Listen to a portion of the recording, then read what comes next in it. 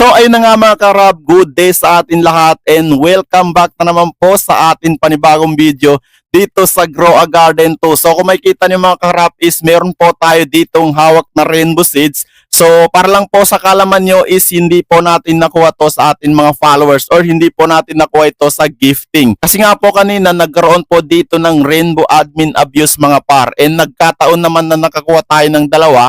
Pero ang pagkakamali lang natin mga par is hindi natin namalayan. So nung inabutan ko yung admin abuse is 30 seconds na lang kaya hindi po tayo nakapaganap ng ibang rainbow seeds. Okay? And siyempre mga par, kaya po tayo nag-update ngayon para po i-method itong ating rainbow seeds. So kapag makakuha po tayo ng maganda is i-upload natin ang video na to. So kapag hindi naman is hindi natin i-upload ang video na to kasi sayang naman yung oras, di ba? So, ang gagawin na muna natin dyan mga par is pupunta tayo dito sa seeds para tingnan kung ano yung nakabukas dito.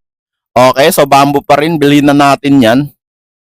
Okay, so kanina mga par is nag-on po itong dragon breath and good luck na lang po sa nakabili niyan. And then pupunta muna tayo dito sa gear shop para tingnan kung ano yung naka-on dito. Okay, watering can. Tapos bibili po tayo, ay wala po tayo ditong mabiling sprinkler. Okay. So, check nga muna natin kung meron tayong sprinkler. Ay, wala na rin po. So, common na lang mga par at saka uncommon yung sprinkler natin. Wala po tayong rare. So, ang gagawin natin dyan mga par is i-method na natin to. Okay, so sana po makakuha po tayo ng maganda kasi nga dalawa lang to. Ayan o, kita nyo ba?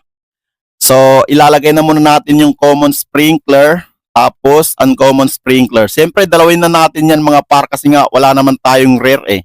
Ayan, so idadrop na natin yung rainbow. Isa muna yung idadrop natin mga pre. Okay, the moment of frutas. Bigyan mo ko ng maganda. Okay, ano kaya yung nakuha natin mga par? Aray mo tulip. Okay, isa pa. Okay. Sana makakuha tayo ng maganda. OMG.